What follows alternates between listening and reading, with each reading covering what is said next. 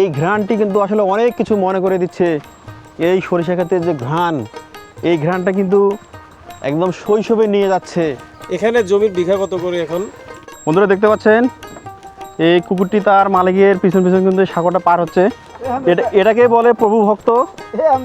তার মালিক যাচ্ছে, সে এই সাঁকো দিয়ে কিন্তু পার হচ্ছে।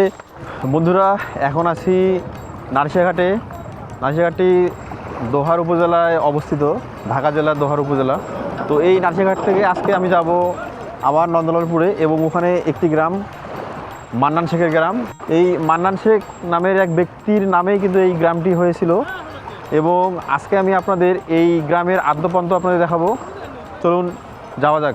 তো বন্ধুরা, আমরা যেই নৌকাতে যাব সেই নৌকাটি এখনও এই ঘাটে আসেনি। সেটা কিছুক্ষণ আগে যাত্রী নিয়ে নন্দলালপুরে গেছে, ওটা আবার আসবে। আমরা সেই নৌকার জন্য অপেক্ষা করতেছি, একটু বড় হয়তো চলে আসবে। দেখুন কত সুন্দর এই নারিশা ঘাট, এবং ওই দূরে যে দেখতে পাচ্ছেন ওখানে কিন্তু প্রতিদিন সকালবেলা এই পদ্মা নদীতে যে মাছ শিকার করে জেলেরা, সেই মাছগুলো কিন্তু এই নারিশাঘাটেই কিন্তু ডাকের মাধ্যমে বিক্রি হয় এই এখানে। এবং এটা কিন্তু আছে নারিশা বাজার। দেখুন একবারে কিন্তু পদ্মার নদীর উপরেই অবস্থিত।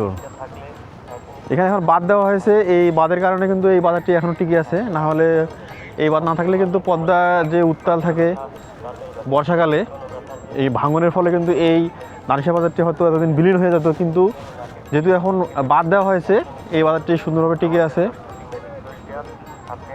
দেখুন এখানে কিন্তু কত হাঁস, এই হাঁসগুলো কিন্তু সারাদিন নদীতে ঘোরাফেরা করে। দেখুন হাঁসের মেলা বসেছে। যেই নৌকাটি দেখতে পাচ্ছেন এই যাত্রীরা নামতেছে, এই নৌকাটি কিন্তু নন্দলালপুর থেকে আসলো।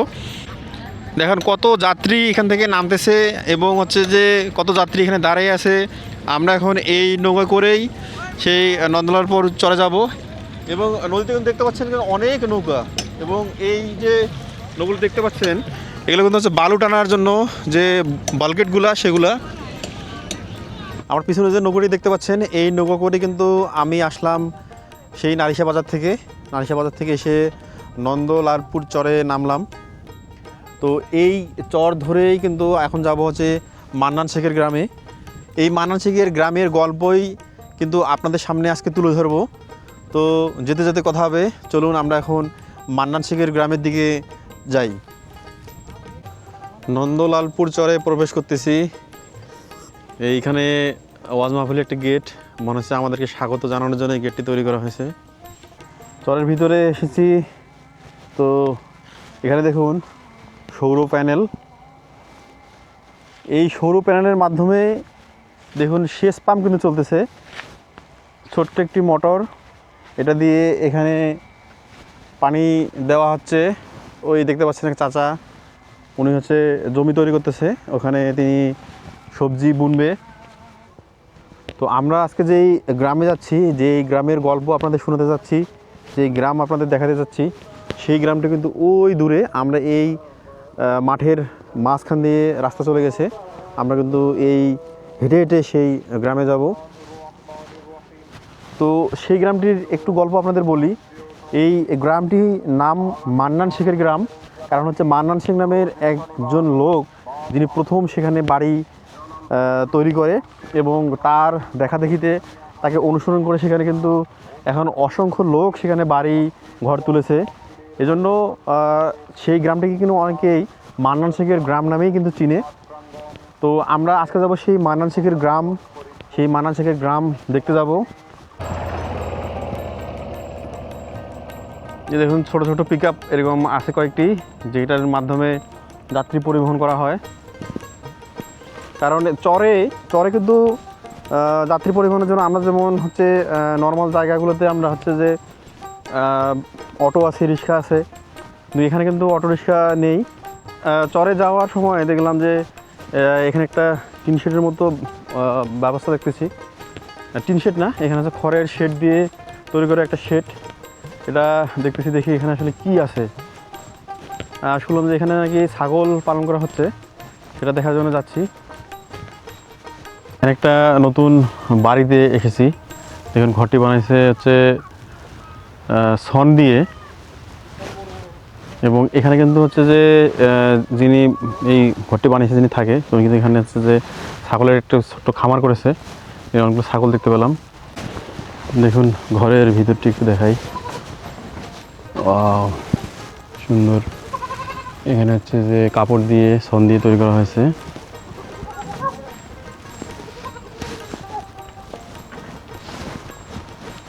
উনি কিন্তু যে মালিক, তিনি হচ্ছে ছাগলগুলোকে ঘাস খাওয়াচ্ছে।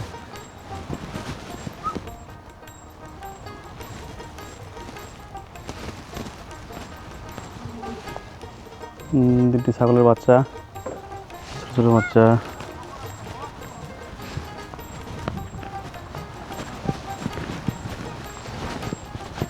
এই ছোট্ট একটি খামার, ছাগলের খামার। তো এখানে কিছুদিন আগে কিন্তু কোনো বাড়িঘর ছিল না, তিনি এখানে নতুন করে ঘর তুলে এখানে ছাগলের চাষ করতেছে, ছাগলের খামার করছে। আশেপাশে কিন্তু কোনো বাড়িঘর তেমন নাই, ওই বাড়িঘর আছে একবারে দূরে, এখানে কোনো বাড়িঘর নেই। তো এটা দেখে এখন আমরা যাচ্ছি আবার সেই মান্নান শেখের গ্রামে। দেখুন কি জীবন, জীবিকার তাগিদে এখানে ছোট্ট একটি ঘর তৈরি করে আছে, এবং এই মানুষগুলো কিন্তু আসলে দিন শেষে কিন্তু তারাই এখানে সুখী মানুষ। বন্ধুরা, এই জমিতে কলাই চাষ করার পরে কলাইটা তারা তুলে কিন্তু এখানে রেখে দিয়েছে, এবং হচ্ছে যে এটা যখন শুকাবে তখন সেটা ভাঙবে, এবং ভাঙার পরে কিন্তু এই যে মাসকলাই, যেটা আপনার দেখাই, এই যে দেখুন মাসকলাই,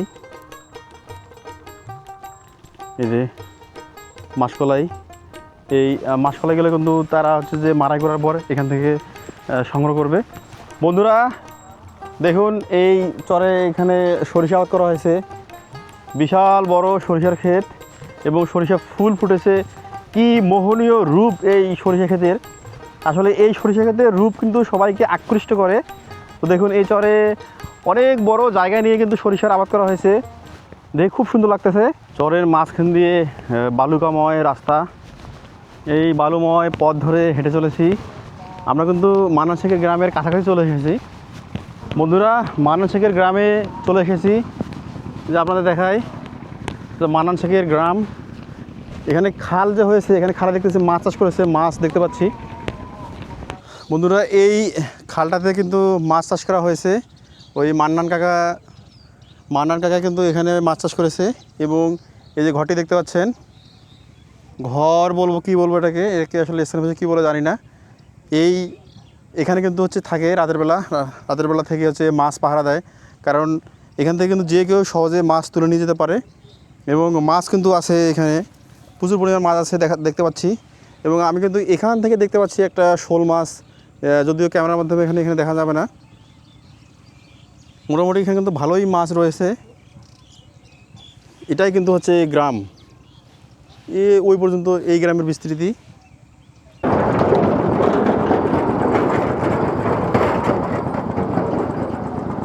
আজকে শুক্রবার, তাই এই মসজিদ থেকে আজকে শুক্রবারের খুতবা ভেসে আসতেছে। এই হচ্ছে মান্নান শেখের গ্রাম। মান্নান শেখের গ্রামে কিন্তু প্রবেশ করতেছি। এর আগে যখন এসেছিলাম তখন এই মসজিদটি দেখেছিলাম, এখন দেখতেছি এখানে পাকা মসজিদ হয়েছে। তখনই কিন্তু এই মান্নান শেখের গ্রাম, যে লোকের নামে মান্নান শেখ, সেই আঙ্কেলের সাথে কথা হয়েছিল, উনি বলেছে যে এখানে একটা মসজিদ তৈরি হবে। এখন এবার যখন এসেছি তখন দেখতেছি যে এখানে কিন্তু মসজিদ তৈরি হয়ে গেছে অলরেডি। আজকে শুক্রবার, তো এই মসজিদে এখন শুক্রবারের নামাজ আদায় করব, তারপর আপনাদের সাথে আবার কথা হবে। আচ্ছা কাকা, এই যে এই গ্রাম তো আপনার নামেই? আলহামদুলিল্লাহ। যে এটা কত সালে আপনি এখানে প্রথম করছিলেন বাড়ি? কত সাল বুঝি না, আর কি 15-20 বছর ধরে করছি। 15-20 বছর ধরে আপনি প্রথম বাড়ি করছিলেন? হ্যাঁ, আমি অতি ফার্স্ট 3 বছর আসলাম একাই, তারপর ধরেন আস্তে আস্তে লোকজন হইলো, বুঝছেন। আপনার বাসা কোনটা? এই যে বাসা। আচ্ছা, এর আগে যখন আসলেন তখন তো এখানে মসজিদ ছিল না? না, মসজিদ পাকা ছিল না। আর ওই পাশে একটু কুটি মসজিদ আমরা উড়ে মানে পাবলিক ফাংশন উড়ে ছুটে আর কি আর নামাজ পড়তাম। পরে আর কি এটা এই মসজিদটা আল্লাহর রহমতে। আচ্ছা, এটা মসজিদ কি আপনারা টাকা তুলে করছেন নাকি? না, আমি কিছু দিছি আর এক লোকে দিয়ে দিছি, আমার এক ভাই। তাই না? মানে দুইজন মহব্বতের ভাই আর কি দিয়েছে। এখন কি মসজিদের যে পরিমাণ টাকা উঠছে এটাতে কি হয়ে যাবে না আরো লাগবে? না আরো কিছু টাকা আমাকে লাগবে, আরো 2-2.5 লক্ষ টাকা লাগবে, কারণ ওই যে টাইল বাকি, তারপর রং বাকি, তারপরে এখানে একটু ওয়ার্ক করুন, মাটি উঠান নেবো, এই জন্য কিছু বাকি, বুঝছেন। আমি ধরেন এই জায়গাটা যাচ্ছে পরে আমি আসছি, বুঝছেন। তাও কত বছর? তাতে 15-20 বছর। 15-20 বছর? হ্যাঁ। এই চরটা হ্যাঁ। 15-20 বছর হ্যাঁ হয়ে গেছে। দেখেন না গাছগুছ কত বড়, বুঝছেন। হ্যাঁ। 15-20 অনেক বছর ধরে বাদাম লাগাইছি, তারপরে এই ক্ষেত আর বাদাম বুদা হয় নাই, তারপরে এই যে হইতেছে পেঁয়াজ, রসুন, কালিজিরা, ধনিয়া, বুঝছেন, সর্ষা, কতগুলো কালাই। বসতি আছে এই জায়গায়? এখানে তো মেলা বসতি, তাই আমাকে এই জায়গায় একটু কম, বুঝছেন। এই জায়গায় কতগুলো? হ্যাঁ, এই জায়গায় ধরেন 30-32 ঘর আছে। 30-32 ঘর? আর এই জায়গাটার নাম আপনার নাম অনুসারে না? হ্যাঁ, আব্দুল মন্নান শেখ আমার নাম। মান্নান শেখের গ্রাম বলে হ্যাঁ, এই মন্নান অঞ্চলে? শেখের গ্রাম বলে। হ্যাঁ, মান্নান শেখের গ্রাম। জি। আপনার আগে বাড়ি ছিল কোথায়? আগে বাড়ি আসলে এই যে হেন্দাকার ধরেন 200 টাকা ভাড়া দিলে সন্ন্যাসিরপুর এই ধারে, বুঝছেন। মানে এটা কি ফরিদপুরের দিকে পড়ে? হ্যাঁ, না ফরিদপুর, এটা ফরিদপুরের মধ্যে। ওই ফরিদপুর ওখানে আমার বাপদাদার কালে সম্পত্তি, সেটাও আরো লাখ বেশি। এটা ফরিদপুরের ভিতরে পড়ে? হয়, এটাও ফরিদপুরের মধ্যে। এটা ওই গাঙ্গের অর্ধেক ফরিদপুর। ও আচ্ছা আচ্ছা। হ্যাঁ, তো ওইটা আমার বাপদাদার কালে জায়গা, ওখানে আমার ছোট ছেলে থাকে, আর এখানে আমার 2 ছেলে থাকে, বুঝছেন। এখানে জমির বিঘা কত করে এখন? গত বছর অনেক কম আসলো, এইবারও ধরেন একটু দাম ওখানে বেশি। ধরেন যেটা নিয়ে ধরেন শস্য কমায় সেটা ধরেন 60-70, আর যেটা লাখ ভালো জমিন উঁচু সেটা 1 লাখ 1.5 লাখ। 1 লাখ 1.5 লাখ বিঘা? আমি ধরেন এই আশ্বিন মাস থেকে এই পর্যন্ত 30-29 বিঘা জায়গা বেচছি মানুষের কাছে। ধরেন বেশি 70 করিয়া, 80 করিয়া। আমরা ধরেন কাকা আগের বাঙ্গায় আমার বুদ্ধি হয়েছে পর 27 বছর থেকে গেছে, এরপর 3 বছর নদীতে নিয়ে গেছিল, আমরা ওই জায়গায় আসলাম। আচ্ছা আচ্ছা। ওই জায়গায় আসলাম পর নদীটা আবার এই চরটা জাগলো, এই পাশে গাং এই পাশে গেল, এই পাশে যাই আবার ফিরে চর জাগলো, এককালে এই যে 20 বছর ধরে আবার আইসি। তাহলে আপনার তাহলে আমার লাইফই পড়া এই চরে। আচ্ছা আচ্ছা বুঝছি। বন্ধুরা, মান্নান শেখের গ্রাম, এখানে এই গ্রামে কিন্তু দিন দিন পরিবারের সংখ্যা, ঘরের সংখ্যা বাড়তেছে। মান্নান শেখ আঙ্কেল একটু আগে যার সঙ্গে আপনাদের পরিচয় করে দিলাম, সেই কাকাই কিন্তু প্রথম এই গ্রামে ঘর তুলে, এবং এখানে কিন্তু এখন দেখুন অনেক ঘর, শত শত ঘর, অনেক পরিবার এখানে ঘর তুলছে। সুন্দর একটি গ্রাম, এবং ওই পাশে কিন্তু আর অনেক গ্রাম আছে। গ্রামের মাঝখান দিয়ে মাটির রাস্তা চলে গেছে। এখন যেহেতু শীতকাল, তাই কিন্তু সহজেই এই রাস্তা দিয়ে হাঁটা যাচ্ছে, কিন্তু যখন বর্ষাকাল আসবে এইগুলোতে কিন্তু পানি থই থই করবে, তখন এগুলো দিয়ে যাতায়াতের একমাত্র মাধ্যম হচ্ছে নৌকা। এই গ্রামের একমাত্র মসজিদ। আগে কিন্তু হচ্ছে ওই মসজিদটি ছিল, তো এখানে নতুন করে পাকান মসজিদ তোলা হয়েছে। প্রথম বাড়িটি ছিল ওই বাড়িটি, এখন তো এখানে অনেক বাড়ি।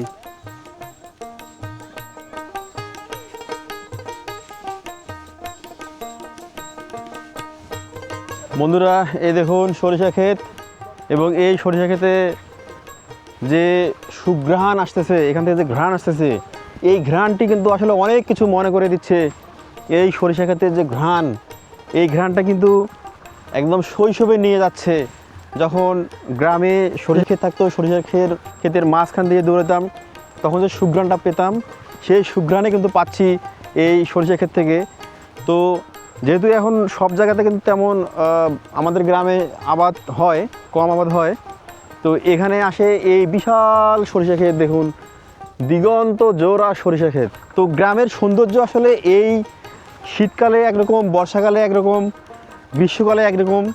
তবে সবচেয়ে আমাকে সুন্দর লাগে এই শীতকালে গ্রামের সৌন্দর্য, কারণ শীতের সময় বিভিন্ন রকম সবজি আবাদ হয়। যেমন এখানে কিন্তু সরিষা ক্ষেত, এটা কিন্তু রসুন ক্ষেত, এ দেখতে পাচ্ছেন দিগন্ত জোড়া রসুন রোপণ করেছে, আর এটা কিন্তু হচ্ছে পেঁয়াজের ক্ষেত। তো একসঙ্গে আমরা এখানে দেখতে পাচ্ছি সরিষা ক্ষেত, পেঁয়াজ ক্ষেত, তারপরে হচ্ছে এখানে এটা কিন্তু রসুন ক্ষেত। আমরা আজকে গ্রামটি দেখেছি, এই যে দেখুন ওইটা হচ্ছে মান্নান শেখের গ্রাম। সেই গ্রামকে ঘিরেই কিন্তু এখানে অনেক আবাদ হচ্ছে, বিভিন্ন শাকসবজি, বিভিন্ন ফসল এখানে আবাদ হচ্ছে। এই সরিষা ক্ষেতের মাঝখান দিয়ে একটা ছোট্ট রাস্তা কিন্তু চলে গেছে। তো এখানে যেহেতু সরিষা অনেক বড় হয়েছে, তো এই রাস্তা দিয়ে আসলে যাওয়া যাচ্ছে না। এই ক্ষেত্রটাতে কিন্তু এখনও সরিষার বীজ যেটা, সরিষার ফল যেটা, সেটা কিন্তু এখনও তেমন হয়নি। কিন্তু এই ক্ষেত্রটিতে দেখুন, এই যে দেখতে পাচ্ছেন সরিষার ফল কিন্তু এসে গেছে। এগুলো কিন্তু আর হচ্ছে কয়েকদিন পর হয়তো বা 20 দিন কিংবা 1 মাস পরে কিন্তু এটা কিন্তু সরিষা বীজ সংগ্রহ করার জন্য এটা তুলে ফেলা হবে। এই গ্রামটি কিন্তু মান্নান শেখের গ্রাম। এখানে যেই আঙ্কেলের সাথে কথা বললাম, যে কাকার সাথে কথা বললাম, মান্নান শেখ, তিনি প্রথম এখানে বসতি স্থাপন করে আজকে থেকে 15 থেকে 20 বছর আগে। তো তাকে অনুসরণ করে, তাকে দেখা দেখি এখানে অনেকজন আসে কিন্তু এখানে বসতি স্থাপন করেছিল, এবং আজকে তারাই কিন্তু এই সমস্ত আবাদ করতেছে। এখানে তো অনেক পাখি দেখতে পাচ্ছি, অনেক বিভিন্ন প্রকার পাখি। ওই দূরে কিন্তু অনেক বড় বড় পাখি, যেগুলো কিন্তু অতিথি পাখি, আমরা সম্ভবত সারস বলে। এই যে উঠতেছে কিন্তু এগুলো কিন্তু অতিথি পাখি, কিন্তু অনেক বড় বড় পাখি। এই চরে এসে আমি শৈশবে হারিয়ে গেছি। এই যে ফসলের মাঠ দেখছি, অনেক দিন ধরে কিন্তু এরকম ফসলের মাঠ দেখি না, যেহেতু কর্মস্থলের জন্য নিজ গ্রাম থেকে অনেক দূরে থাকি। তো আজকে চরের গ্রামে ঘুরতে এসেছি। চরের গ্রামগুলোতেই কিন্তু আমরা সেই আমাদের 90 দশকের গ্রাম কিন্তু আমরা খুঁজে পাবো। এই ফসলের যে ঘ্রাণ, এই ফসলের যে সুবাস, এই সুবাসটা যখন আমরা নিব, আমরা যখন এই ঘ্রাণটা নিব, তখন কিন্তু আমরা আসলে প্রকৃত গ্রাম খুঁজে পাবো, প্রকৃত জীবনের স্বাদ পাবো। তো আমরা যখন শহুরে জীবনে, আমাদের দৈনন্দিন ব্যস্ততম কর্মময় জীবনে, কর্মব্যস্ত জীবনে যখন আমরা ব্যতিব্যস্ত হয়ে যাই, আমরা যখন হাঁপিয়ে উঠি, তখন কিন্তু আমাদের এরকম গ্রামে আসা দরকার। এরকম গ্রামে আসলে কিন্তু আসলে মনটা ফ্রেশ হয়ে যাবে, জীবনটাকে অন্যরকমভাবে আমরা উপভোগ করতে পারবো। আমার সামনে একটা খাল, এই খালের কারণে কিন্তু আশেপাশে প্রকৃতিটাও অনেক সবুজ, এবং এই খালটি কিন্তু হচ্ছে একবারে পদ্মা নদীর সাথে সংযোগ রয়েছে। বর্ষাকালে এই খালটি কিন্তু একবারে পানিতে টইটুম্বুর হয়ে যায়। বন্ধুরা, এই চরের মাঝখান দিয়ে যে খালটি বয়ে গেছে, এটাকে আমরা নদীও বলতে পারি। এই হচ্ছে খালটি, অনেক বড় খাল, এবং খালে এখন পানি রয়েছে। এবং এই খালটিকে আমরা কিন্তু এই চরের প্রাণও বলতে পারি, কারণ এই খালটিকে কেন্দ্র করে এই খালের দুই পাশে কিন্তু অনেক আবাদ হচ্ছে, এবং অনেক এখানে পাখির বিচরণ, এবং খালে কিন্তু অনেক মাছও রয়েছে। এবং খালের মাঝখান দিয়ে কিন্তু দেখুন একটু সাগর চলে গেছে। আমি কিন্তু এখন সাগর উপরে রয়েছি, যে দেখতে পাচ্ছেন এটা কিন্তু হচ্ছে সাগর। আমি কিন্তু এখন সাগর উপরে রয়েছি, এবং এখানে সাগর মাঝখানে যাই, চলেন একটু সাবধানে যেতে হবে, কারণ এই সাগর থেকে পড়ে গেলে পানির মধ্যে চিটপটাং হয়ে পড়তে হবে। একটু সাবধানে হাঁটতে হবে, অনেক সাবধানে যাচ্ছি আমি। বন্ধুরা, আমি কিন্তু এখন এই খালটি যে আছে, খালের উপর যে সাঁকোটি আছে, আমি এখন সাঁকোটির মাঝখানে দাঁড়িয়ে রয়েছি। এই যে দেখতে পাচ্ছেন, এই যে সাঁকো, এবং আমার এই পিছনে দেখুন সাঁকো। এই খালটিতে কিন্তু অনেক মাছ পাওয়া যায়, প্রচুর মাছ পাওয়া যায়। আমরা কিন্তু দূরে দেখতে পাচ্ছি যে ওখানে মানুষ নৌকাতে করে মাছ ধরতেছে এই খালে, এবং এই খালটিকে কিন্তু আমরা এই চরের প্রাণও বলতে পারি। তো আসলে এখানে কিন্তু একটি বড় রাস্তা এসে এই খালের মধ্যে শেষ হয়েছে, আবার ওই দিক দিয়ে একটি রাস্তা এসে ওখানে শেষ হয়েছে, এবং এই দুই রাস্তার সংযোগ কিন্তু এই সাগর মাধ্যমে ঘটেছে। এবং বর্ষাকালে তারা এই গ্রাম থেকে ওই গ্রামে যাওয়ার একমাত্র মাধ্যম হচ্ছে এই সাগর পার হয়ে তাদেরকে যেতে হয়। তো সেই হিসেবে বলা যায় সাগরটা কিন্তু খুবই গুরুত্বপূর্ণ এই চরের জন্য। বন্ধুরা, দেখতে পাচ্ছেন এই কুকুরটি তার মালিকের পিছন পিছন কিন্তু সাগরটা পার হচ্ছে। এটাকে বলে প্রভু ভক্ত। তার মালিক যাচ্ছে, সে এই সাগর দিয়ে কিন্তু পার হচ্ছে।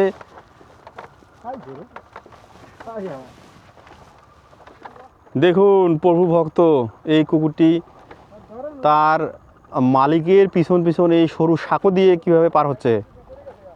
বাঁশের সাঁকো, যেখানে মানুষে হাঁটতে কষ্ট পাচ্ছে এবং হচ্ছে ভয় পাচ্ছে, সেখানে কুকুরটি কিন্তু নির্দ্বিধায় তার মালিকের পিছন পিছন কিন্তু যাচ্ছে। বন্ধুরা, এই খালের মধ্যে নৌকার উপরে এখন আছি, এবং এখান থেকে কিন্তু পুরো সাঁকোটি দেখতে পাচ্ছি। আপনারা দেখতে পাচ্ছেন এক মুরব্বি, উনি সাঁকোটি পার হচ্ছে। অনেক সুন্দর পরিবেশ এই খালের দুই ধারে, এবং এখানে এর আগে এসেছিলাম, তখন কিন্তু এই তারের মধ্যে অসংখ্য পাখি দেখেছিলাম, ছোট ছোট পাখি। সেই পাখিগুলোকে এখন দেখতে পাচ্ছি না। হয়তো শীতকালে এই পাখিগুলো থাকে না। আমি যখন এসেছিলাম তখন অনেকটা শীত শেষ হয়ে গিয়েছিলো, তখন আমি এই পাখিগুলো দেখতে পাচ্ছি, তখন আমি এই পাখিগুলোকে দেখতে পাইছিলাম। তো জানি না আসলে পরবর্তীতে শীত আর একটু শেষ হলে তখন আবার আসবো, দেখবো যে পাখিগুলো আসলে দেখা যায় কি না, তখন আপনাদেরও দেখানোর চেষ্টা করব। বন্ধুরা, এই যাচ্ছি সরিষা ক্ষেতের মাঝখান দিয়ে, দুই দিকে সরিষা ক্ষেত, মাঝখান দিয়ে কিন্তু তারা রাস্তা হয়ে গেছে, মানে তারা রাস্তা করেছে, মানুষ এই দিয়ে হাঁটতে হাঁটতে, এই যে দেখতে পাচ্ছেন। বন্ধুরা, এই চরে সূর্য অস্ত যাচ্ছে, চরের মধ্যে সূর্য অস্ত দেখতে পাচ্ছি। তো আমরা যে এই গ্রামটি আপনাকে দেখাইলাম সেটা কিন্তু এই যে দেখতে পাচ্ছেন, এটাই কিন্তু গ্রাম। এই গ্রামটি কিন্তু আমি আপনাদের দেখাইছি। তো সূর্য কিন্তু অস্ত যাচ্ছে, কিন্তু মানুষের যে কর্মব্যস্ত দিন সেটি কিন্তু এখনও শেষ হয়নি, কারণ এই চরের মানুষ কিন্তু অনেক কর্মঠ। তারা হচ্ছে সূর্য ডোবা না পর্যন্ত তারা কিন্তু মাঠেই কাজ করে, কারণ তারা কিন্তু খুবই কর্মঠ এবং পরিশ্রমী। তো এখান থেকে কিন্তু আমি বেশ কয়েকটি শ্যালো মেশিন দেখতে পাচ্ছি, যেমন ওইখানে একটা, ওইখানে একটা, এগুলো দিয়ে কিন্তু এখন সেচ দেওয়া হচ্ছে এবং ধান রোপণ করা হয়েছে। তো এই গোধূলি লগ্নে আপনাদের কাছ থেকে আজকে বিদায় নিচ্ছি, হয়তো আরও দেখা হবে অন্য কোনো ভিডিওতে। সে পর্যন্ত সবাই ভালো থাকবেন, সুস্থ থাকবেন, এবং আমার এই ভিডিওটি ভালো লাগলে অবশ্যই লাইক, কমেন্ট এবং শেয়ার করবেন। এবং যারা আমার চ্যানেলে নতুন, অনুরোধ থাকবে আমার চ্যানেলটিকে সাবস্ক্রাইব করে পাশে থাকার জন্য। সুস্থ থাকুন, ভালো থাকুন, আল্লাহ হাফেজ।